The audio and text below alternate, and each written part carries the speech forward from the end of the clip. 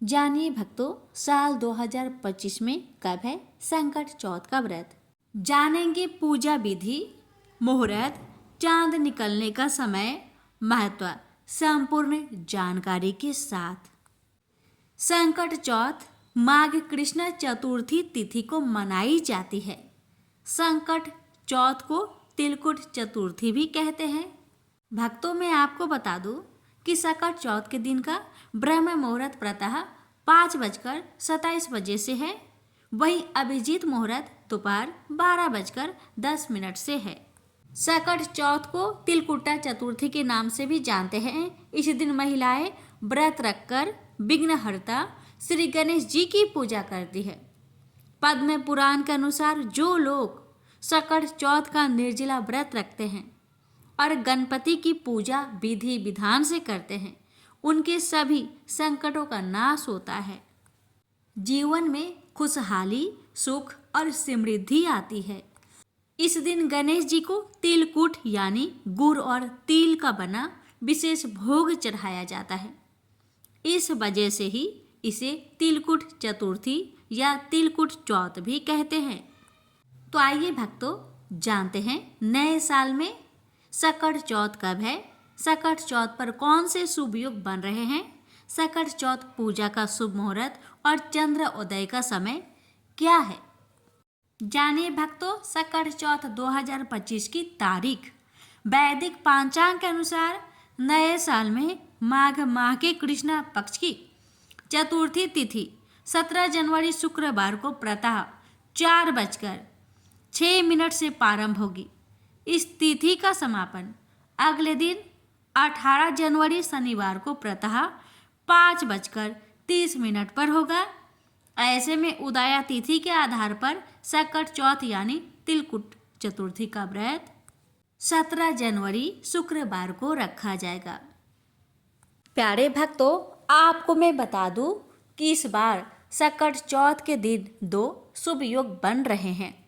पहला सौभाग्य योग प्रातः काल से शुरू होकर देर रात 12:47 तक रहेगा। उसके बाद शोभन योग का प्रारंभ होगा जो चतुर्थी तिथि में होगा। ये दोनों ही योग किसी भी शुभ कार्य को करने के लिए अच्छे माने जाते हैं। संकट चौथ के दिन मघा और पूर्वा फाल्गुनी नक्षत्र होंगे। मघा नक्षत्र प्रातः काल से लेकर दोपहर 12:45 तक है। उसके बाद से पूर्वा फाल्गुनी नक्षत्र है। संकट चौथ के दिन का ब्रह्म मुहूर्त प्रातः 5:27 से प्रातः 6:21 तक है। वही उस दिन का शुभ मुहूर्त यानी अभिजीत मुहूर्त दोपहर 12:10 से दोपहर 12:52 तक है। संकट चौथ की पूजा आप सुबह में 7:15 से लेकर सुबह 11:12 के मध्य कर सकते हैं। उस समय सौभाग्य योग भी बना होगा। दोपहर में शुभ उत्तम मुहूर्त 12:31 से 1:51 तक है। लाभ उन्नति मुहूर्त 8:34 से 9:53 तक और अमृत सर्वोत्तम मुहूर्त 9:53 से 11:12 तक रहेगा। संकट चौथ की रात चंद्रमा की पूजा करते हैं। चंद्रमा को अर्घ्य देना महत्वपूर्ण होता है। इसके बिना यह व्रत पूर्ण नहीं होता है। संकट चौथ की रात चांद 9:09 निकलेगा। जैसा कि आपको संकट चौथ के नाम से ही पता चल जाता है कि वह चौथ जो संकटों को नाश करने में सक्षम है, उसे ही संकट चौथ कहते हैं। मंगल मूर्ति गणेश जी शुभता के प्रतीक है। उनके आशीर्वाद से व्यक्ति के सभी संकट दूर होते हैं और जीवन में शुभता आती है। तो आइए भक्तों, श्रवण करते हैं संकट चौथ की व्रत कथा। से बोलिए गजानंद भगवान की जय। एक बार पार्वती जी ने पूछा कि हे वत्स, माघ महीने में किस गणेश की किस विधि से पूजा करनी चाहिए तथा इसका क्या नाम है?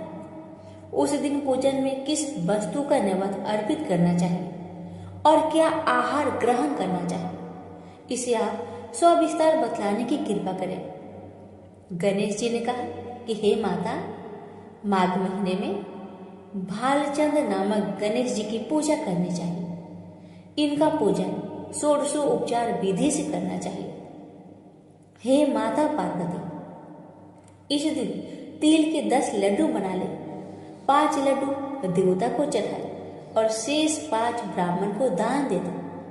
ब्राह्मण की पूजा भक्ति पूर्वक करके उन्हें दक्षिणा देने के बाद उन 5 लड्डू को उन्हें प्रदान करें। हे देवी, तिल के 10 लड्डुओं का स्वयं आहार करें। इस संबंध में मैं आपको राजा हरिश्चंद्र का वृत्तांत सुनाता हूँ। सतयुग में हरिश्चंद्र नामक एक प्रतापी राजा हुए थे। वे छात्र धर्म में प्रतुर, सरल स्वभाव, सत्यनिष्ठ और विद्वान ब्राह्मणों के पूजक थे। हे देवी, उनके शासन काल में अधर्म नाम की कोई वस्तु नहीं थी। उनके राज्य में कोई अपाहिज, दरिद्र या दुखी नहीं था। सभी लोग आदि व्याधि से रहित एवं दीर्घायु होते थे। उन्हीं के राज्य में एक ऋषि शर्मा नामक तपस्वी ब्राह्मण रहते थे। एक पुत्र की प्राप्ति होने के बाद वे स्वर्गवासी हो गए। पुत्र का भरण पोषण उनकी पत्नी करने लगी। उस ब्राह्मणी ने माघ मास की संकटा चतुर्थी का व्रत किया। यह पतिव्रता ब्राह्मणी गोबर से गणेश जी की प्रतिमा बनाकर सदैव पूजन किया करती थी। हे पार्वती, भिक्षाटन के द्वारा ही उसने पूर्वोक्त रीति से तिल के 10 लड्डू बनाए। इसी बीच उसका पुत्र गणेश जी की मूर्ति के अपने गले में बांध गए स्वेच्छा से खेलने के लिए बाहर चला गया। तब एक नर पिशाच कुम्हार ने उस ब्राह्मणी के 5 वर्षीय बालक को जबरन पकड़कर अपने आवा में छोड़कर मिट्टी के बर्तनों को पकाने के लिए उसमें आग लगा दिया। इधर उसकी माता अपने बच्चे को ढूंढने लगी। उसे ना पाकर वह बड़ी व्याकुल हुई। वह ब्राह्मणी विलाप करते हुए गणेश जी से प्रार्थना करने लगी। विशाल शरीर वाले, हे सूर्य नारायण की लाली के सदृश कांतिशाली, हे सुंदर जटा समूह को धारण करने वाले, आप इस दुखनी की रक्षा कीजिए। हे गजानन, हे 4 भुजाधारी, हे मस्तक में चंद्रमा को धारण करने वाले, हे विनायक, हे अनाथों के नाथ, हे वरदायक, मैं पुत्र के वियोग में व्यथित हूँ, आप मेरी रक्षा कीजिए। वह ब्राह्मणी इस प्रकार आधी रात तक विलाप करती रही। प्रातःकाल होने पर कुम्हार अपने पके हुए बर्तनों को देखने के लिए आवा में आया। जब उसने आवा खोल कर देखा तो उसमें जांग भर पानी जमा हुआ था। और इससे भी अधिक हैरान हुआ तब हुआ कि जब उसने बैठे एक बालक को खेलते हुए देखा। ऐसी अद्भुत घटना देखकर वो भय बस कांपने लगा और इस बात की सूचना उसने राजा के दरबार में दे दिया। ने राज्यसभा में अपने कुकृत्य का वर्णन किया। कुम्हार ने कहा कि हे महाबाहु, हे प्रज्वलित अग्नि के समान तेजवान, हे महाराज हरिश्चंद्र, मैं अपने दुष्कर्म के लिए वध के योग हूँ। ने इससे आगे कहा कि हे महाराज, मैंने कन्या विवाह के लिए कितने बार भी मिट्टी के बर्तन पकाने के लिए आव में लगाया, फिर भी मेरे बर्तन कभी भी नहीं पके, हमेशा कच्चे रह जाते थे। तब मैंने भयभीत होकर एक तांत्रिक से इसका कारण पूछा तो उसने मुझे कहा कि तुम चुपचाप किसी छोटे लड़के की बलि चढ़ा दो, तुम्हारा आवा पक जाएगा। तो मैंने सोचा मैं जिसके लड़के का बलि दूंगा क्या उसके माता पिता मुझे जीवित छोड़ेंगे। इस भय से ही हे महाराज, मैंने निश्चय किया कि इसी बच्चे को आवा में बैठाकर आग लगा दूंगा। मैंने अपनी पत्नी से परामर्श किया कि शर्मा ब्राह्मण मृत हो गए हैं। उनकी विधवा पत्नी भीख मांगकर अपना गुजारा करती है। अरे वह लड़के को लेकर क्या करेगी? मैं यदि उसके पुत्र को बलि दे दूं तो मेरे बर्तन पक जाएंगे। मैं इस जघन्य कर्म को करके रात में निश्चित होकर सो गया। प्रातः जब मैंने आवा खोलकर देखा तो क्या देखा कि उस लड़के को मैं जिस स्थिति में बैठा गया वह उसी तरह निर्भय भाव से बैठा है और उसमें जांघ भर पानी भरी हुई है। इस भयावह दृश्य से मैं कांप उठा और इसकी सूचना देने आपके पास चला आया हूँ। हार की बात सुनकर राजा बहुत ही विस्मित हुए और उस लड़के को देखने के लिए आए। बालक को प्रसन्नता पूर्वक खेलते देखकर मंत्री से राजा ने कहा कि यह क्या बात है, यह किसका लड़का है? इस बात का पता लगाओ। इस आवे में जांघ भर जल कहाँ से आया? इसमें कमल के फूल कहाँ से खिल गए? इस दरिद्र कुम्हार के आवे में बेदुर्य मणि के समान हरी हरी धूप कहाँ से उतारी?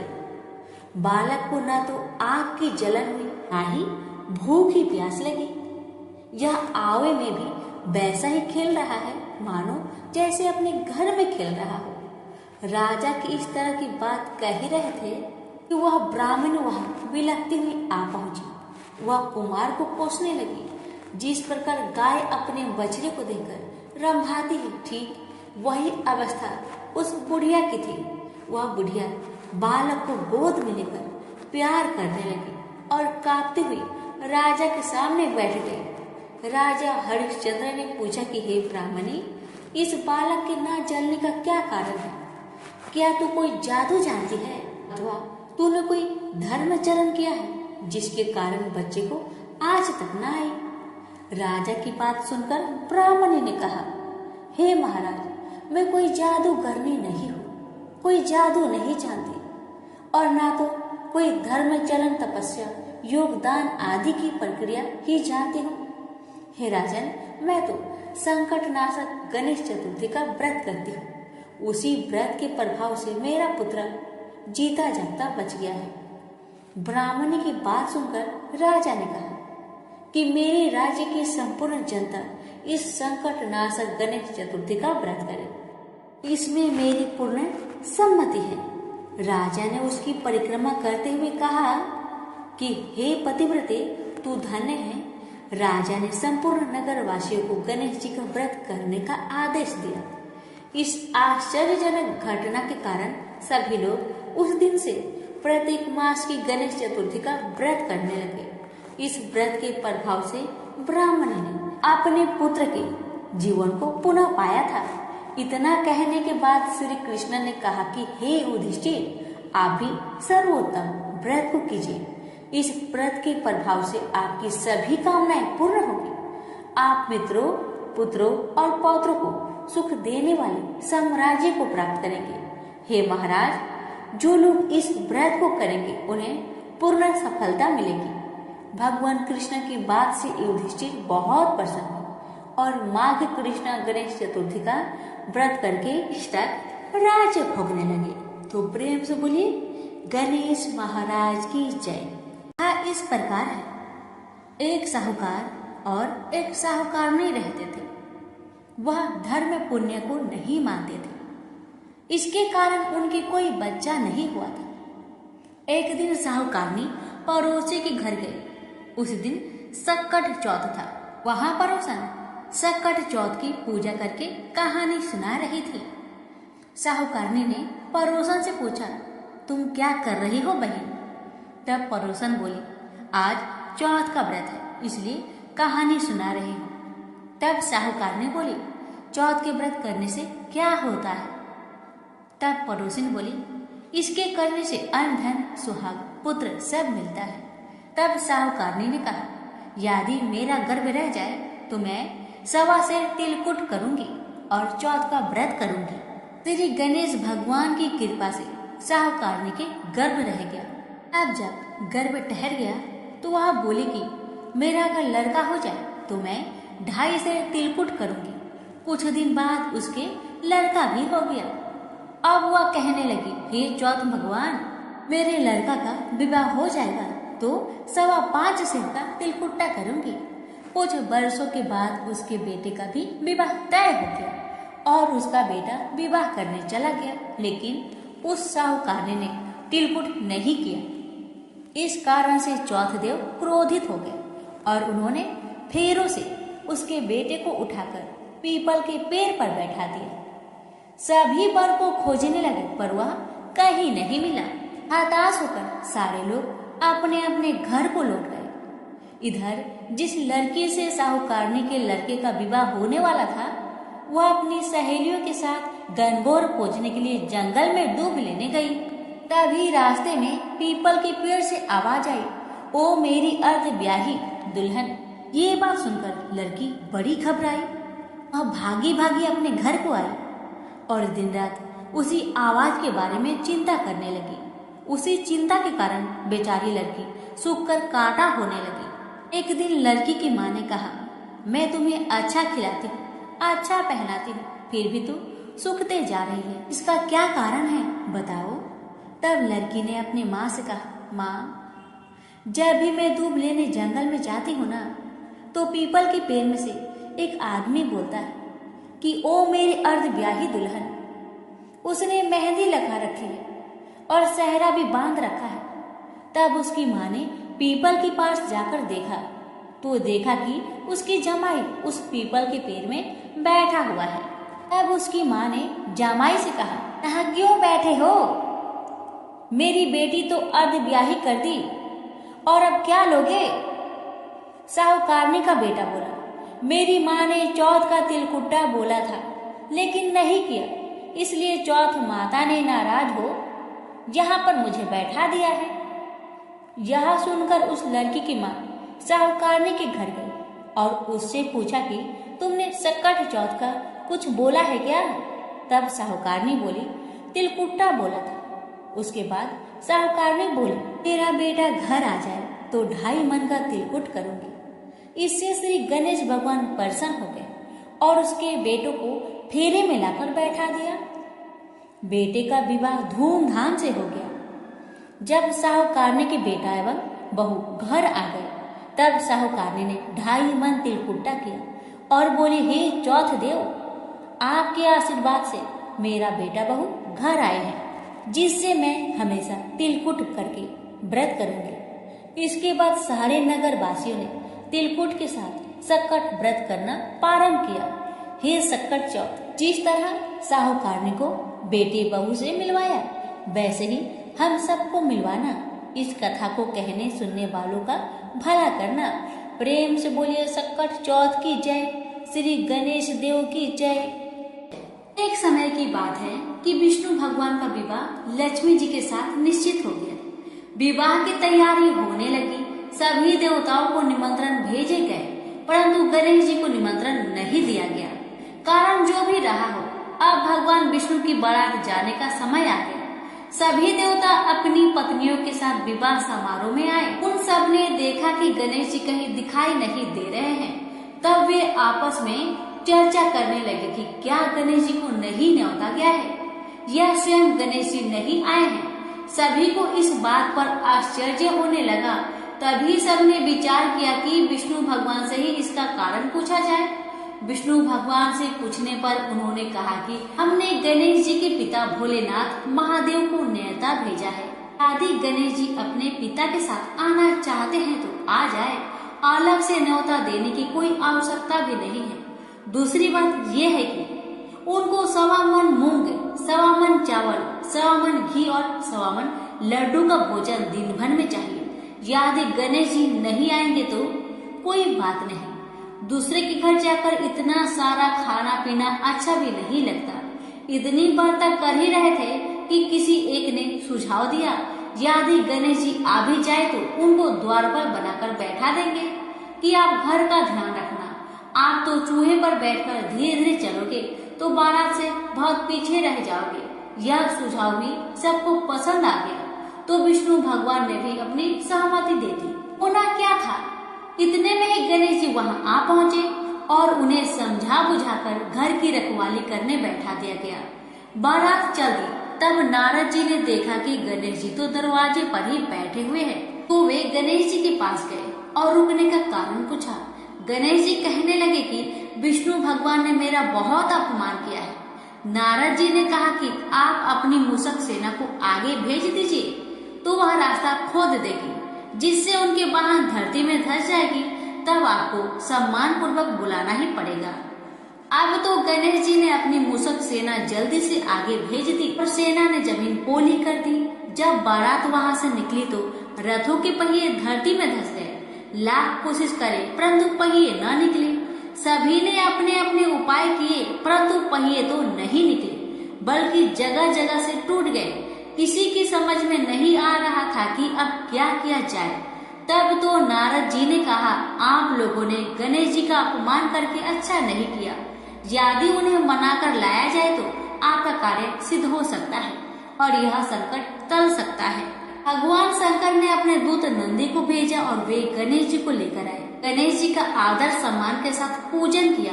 तब कहीं रथ के पहिए निकले। अब रथ के पहिए निकल तो गए परंतु वह टूट फूट गए थे। उन्हें सुधारेगा कौन? पास के खेत में खाती काम कर रहा था, उसे बुलाया गया।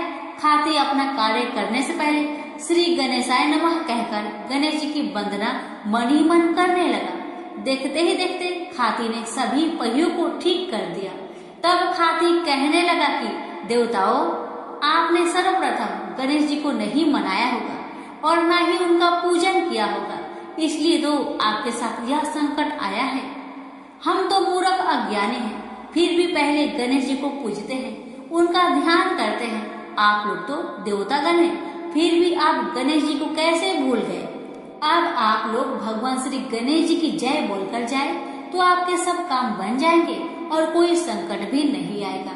ऐसा कहते हुए बारात वहां से चल दी और विष्णु भगवान का लक्ष्मी जी के साथ विवाह संपन्न करा के सभी सकुशल घर लौट आए। हे गणेश जी महाराज, आपने विष्णु को जैसे कारज सरियो ऐसा कारज सबका सिद्ध कर जो। बोलो गजानन भगवान की जय। श्री गणेश कथा के अनुसार एक बार देवता कई विपदाओं में घिरे थे। तब वह मदद मांगने भगवान शिव के पास गए। उस समय शिव के साथ कार्तिकेय तथा गणेश जी बैठे थे। देवताओं की बात सुनकर शिव जी ने कार्तिकेय व गणेश जी से पूछा कि तुम में से कौन देवताओं के कष्टों का निवारण कर सकता है। तब कार्तिकेय व गणेश जी दोनों ही स्वयं को इस कार्य के लिए सक्षम बताए। इस पर भगवान शिव ने दोनों की परीक्षा लेते हुए कहा कि तुम दोनों में से जो सबसे पहले पृथ्वी की परिक्रमा करके सबसे पहले हमारे पास आएगा वही देवताओं की मदद करने जाएगा। भगवान शिव के मुख से यह वचन सुनते ही कार्तिकेय जी अपने वाहन मोर पर बैठकर पृथ्वी की परिक्रमा के लिए निकल गए, परंतु गणेश जी सोच में पड़ गए कि वह चूहे के ऊपर चढ़कर सारी पृथ्वी की परिक्रमा करेंगे तो इस कार्य में उन्हें बहुत समय लग जाएगा। तभी उन्हें एक उपाय सूझा। गणेश जी अपने स्थान से उठे और अपने माता पिता की साथ पर परिक्रमा करके वापस बैठ गए। परिक्रमा करके लौटने पर कार्तिकेय स्वयं को विजेता बताने लगे। तब शिव जी ने श्री गणेश जी से पृथ्वी की परिक्रमा ना करने का कारण पूछा। तब गणेश जी ने कहा, माता पिता के चरणों में ही समस्त लोक बसा है। यह सुनकर भगवान शिव ने गणेश जी को देवताओं के संकट दूर करने की आज्ञा दी। इस प्रकार भगवान शिव ने गणेश जी को आशीर्वाद दिया कि चतुर्थी के दिन जो तुम्हारा पूजन करेगा और रात्रि में चंद्रमा को अर्घ्य देगा उसके तीनों पाप यानी देहिकता, देविकता तथा भौतिकता दूर होंगे। इस व्रत को करने से व्रतधारी के सभी तरह के दुख दूर होंगे और उसे जीवन की भौतिक सुखों की प्राप्ति होगी। चारों तरफ से मनुष्य की सुख समृद्धि बढ़ेगी। पुत्र पौत्र आदि धन ऐश्वर्य की कमी नहीं रहेगी। प्रेम से बोलिए गणेश भगवान की जय, कार्तिकेय जी की जय, उमापति शंकर भगवान की जय। एक बार की बात है कि भगवान गणेश एक बार छोटे बालक का रूप धरकर पृथ्वी पर गए और वहां उन्होंने सोचा कि मैं लोगों का परीक्षा लूंगा। इस धरती पर कुछ धर्म कर्म है भी या नहीं।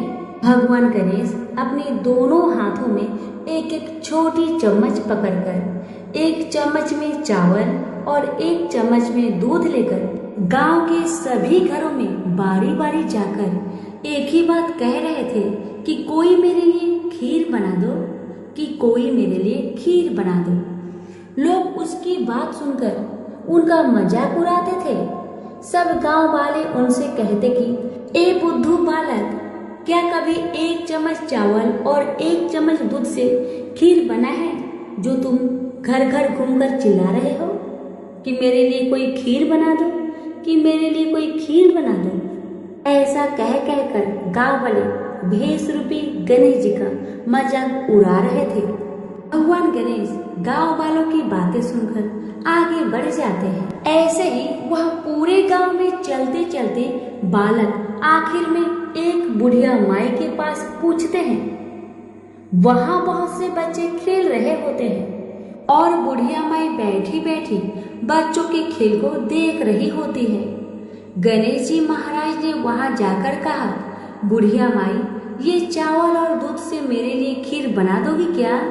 छोटे से बालक की बातें सुनकर बुढ़िया माई ने हंसकर मजाक करते हुए कहा, बेटा, खीर तो मैं बना दूंगी, लेकिन मुझे भी खीर देना होगा।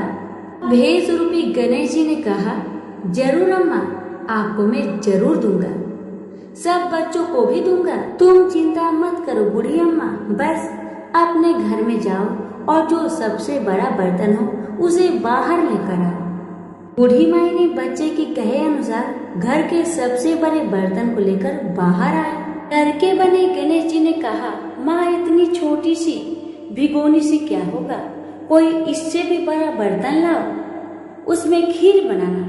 बुढ़िया माई फिर से एक बहुत बड़ा बर्तन लेकर आई, उसमें दूध और चावल डलवा दिए और चूल्हे पर खीर बनाने के लिए रख दिया गया। जब खीर में उबाल आने लगा तो बुढ़िया माई ने थोड़ी सी खीर प्याले में निकाल ली, थोड़ी सी ठंडी करके गणेश जी का नाम लेकर भोग लगाकर चखने लगी। खीर तो अति स्वादिष्ट बनी थी। बुढ़िया माई ने बालक से कहा, ले बेटा, खीर बन गई है, अब तुम खा लो। उसके बेटे ने कहा, माँ, खीर से तो मेरा पेट भर गया, अब आप खाओ और इन सब बच्चों को खिला दो। बुढ़िया माई ने कहा, बेटा, तूने खीर तो नहीं खाई, फिर पेट कैसे भर गया?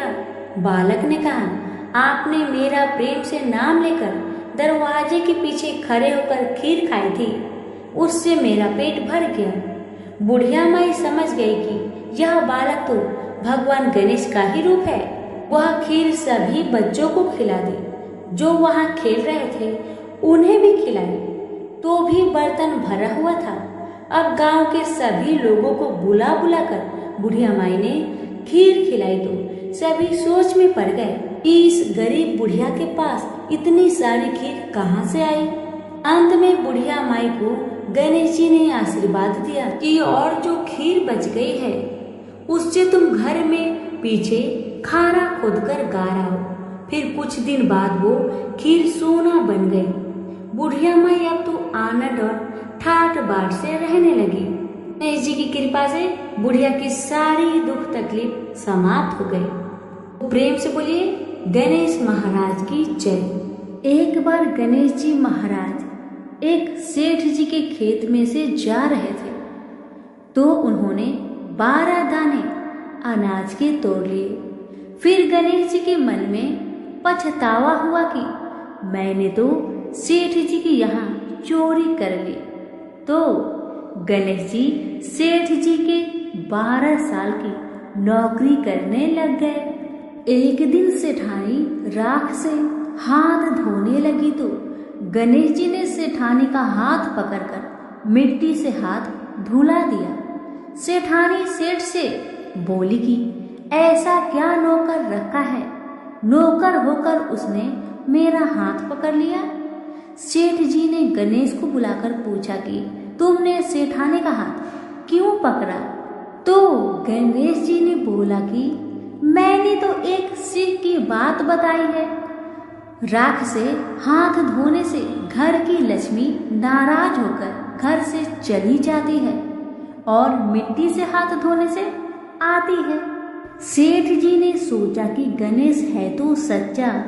थोड़े दिनों बाद कुंभ का मेला आया। सेठ जी ने कहा, गणेश, सेठानी को कुंभ के मेले में स्नान करा के ले आओ। सेठानी किनारे पर बैठकर नहा रही थी तो गणेश जी उनका हाथ पकड़कर आगे डुबकी लगवा लाए। घर आकर सेठानी ने सेठ से कहा कि गणेश ने तो मेरी इज्जत ही नहीं रखी और इतने सारे आदमियों के बीच में मुझे घसीटकर आगे पानी में ले गए। तब सेठ जी ने गणेश जी को पूछा कि ऐसा क्यों किया? तो गणेश जी ने कहा कि सेठानी किनारे बैठकर गंदे पानी से नहा रही थी तो मैं आगे अच्छे पानी में डुबकी लगवाकर ले आया। इससे अगले जन्म में बहुत बड़े राजा और राजपाट मिलेगा। सेठ जी ने सोचा कि गणेश है तो सच्चा। एक दिन घर में पूजा पाठ हो रही थी, हवन हो रहा था। सेठ जी ने गणेश को कहा कि जाओ सेठानी को बुलाकर ले आओ। गणेश जी सेठानी को बुलाने गया तो सेठानी काली चुनरी ओढ़कर चलने लगी तो गणेश जी ने काली चुनरी फाड़ दी और कहा कि लाल चुनरी ओढ़ के चलो। सेठानी नाराज होकर सो गई। सेठ जी ने आकर पूछा, क्या बात है?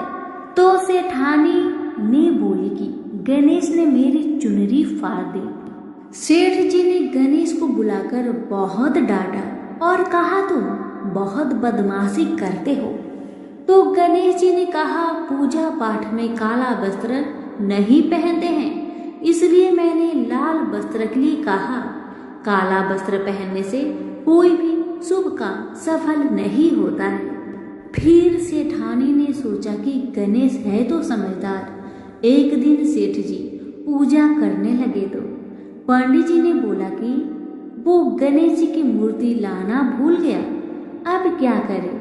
तो गणेश जी ने बोला कि मेरे को ही मूर्ति बनाकर विराजमान कर लो, आपके सारे काम सफल हो जाएंगे। यह बात सुनकर सेठ जी को भी बहुत गुस्सा आया और वो बोले कि तुम तो अब तक सेठानी से ही मजाक करते थे, मेरे से भी करने लग गए। तो गणेश जी ने कहा, मैं मजाक नहीं कर रहा हूँ, मैं सच बात कह रहा हूँ। इतने में ही गणेश ने गणेश जी का रूप धारण कर लिया और सेठ और सेठानी ने ही गणेश जी की पूजा की। पूजा खत्म होते ही गणेश जी अंतर ध्यान हो गए। सेठ सेठानी को बहुत धोखा हुआ और उन्होंने कहा कि हमारे पास तो गणेश जी रहते थे और हमने उनसे इतना काम करवाया। तो गणेश जी ने सपने में आकर सेठ जी को कहा कि आपके खेत से मैं 12 अनाज के दाने तोड़ लिया था, उसी का तो उतारने के लिए मैंने आपके यहाँ काम किया था। गणेश जी की कृपा से सेठ जी के करोड़ों की माया हो गई। हे गणेश जी महाराज, जैसे सेठ जी को दिया वैसा सबको देना, कहते को, सुनते को और सारे परिवार को दे। प्रेम से बोलिए जय श्री गणेश।